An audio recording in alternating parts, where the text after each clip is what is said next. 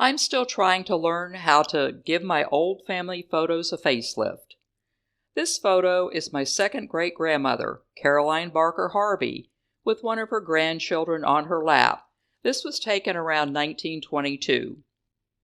This photo had a few issues, one of which is that it looks faded. In this video, I'm going to try to fix that. I tried to pick a photo that doesn't have a lot of other issues to keep things simple. That, my friends, is for future videos. As you can see, I've already duplicated the layer so we can get started. Again, I'm real bad about naming these, but I'm going to do this right now. I'm going to name this Working. And so now we've got our duplicated layer and we've got it named. Now, the first thing we want to do is we are going to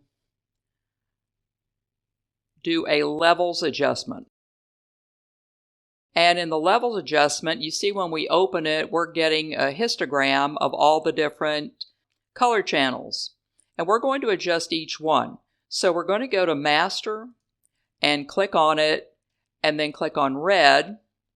And we will take our black slider and move it over to where it bumps up against where the red is starting to increase over here. And then we're going to take our white slider and move it to the left and bump it up to where our levels increase right here.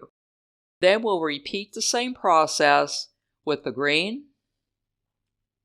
There we go. And move that over here. And then with the blue, where we will move that not very far actually. And the blue, we'll move it about there. Yeah, that's good enough. Okay, so that's as far as we're going to go with that.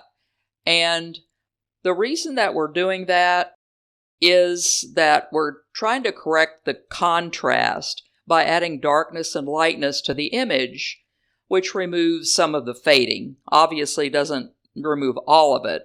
We've also removed some of the sepia tint by setting the white balance. So let's take a look. Maybe I want to move this over here a little bit farther. Okay, so we've gotten to that point, and then I'll close this. Now I'm going to go to the adjustments again. And again, that's this one that looks like the half moon. And I'm going to click on it, and I'm going to go up to HSL. So with the HSL panel opening up, I'm going to drag this slider that's on saturation and move it all the way over to the left. That will remove all of the color from the photo until it's completely black and white. And then we will close that out. The next thing I'm going to do is I want some brightness and contrast. So I'm going to add another adjustment, go up to brightness and contrast, and then adjust my brightness and contrast sliders to where I like them. I generally like my photos, I think I've said this before, to where there's a lot of contrast, but if you do too much contrast, it starts to look a little bit weird. Just keep in mind that you can change this later on. I mean, it's not engraved in stone. I also think I'm going to try another blending mode. It's set to normal right now, but I want to look at all these blending modes. And I think instead of, that multiply is dark, color burn, overlay soft light, I think I'm going to pick hard light for now. And then take a look at what the sliders are doing. Adjust the sliders.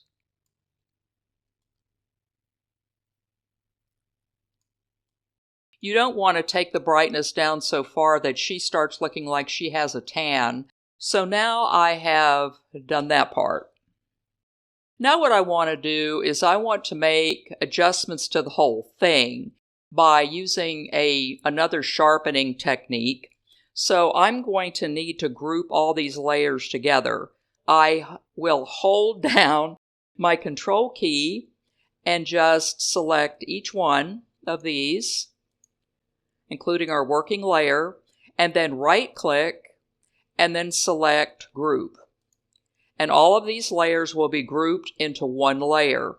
Now with all of those grouped together, I can go up to select Unsharp Mask, go up here, Filter, and Sharpen, and over here you'll see Unsharp Mask, and click on that, and it's already sharpened it a bunch, and then it's giving you a rasterize. It's telling you it's rasterizing the whole thing. That's because I grouped all the layers together, so now we've got one layer, and it's got to adjust it.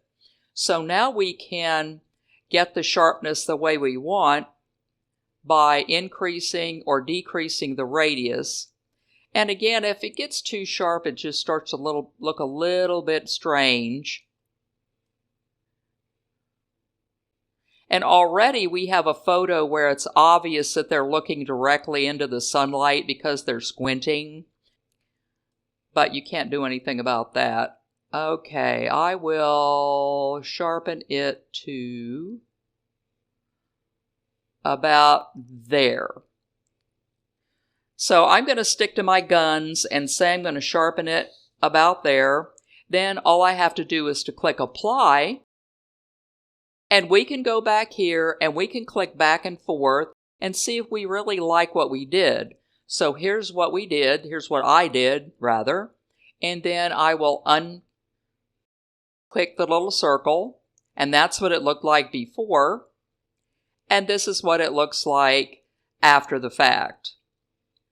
So we've got after the fact, and we have before.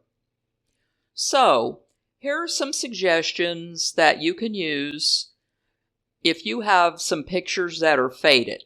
Try this out and see if they work for you. And remember to like, subscribe, and ring that notification bell so you can stay in the loop.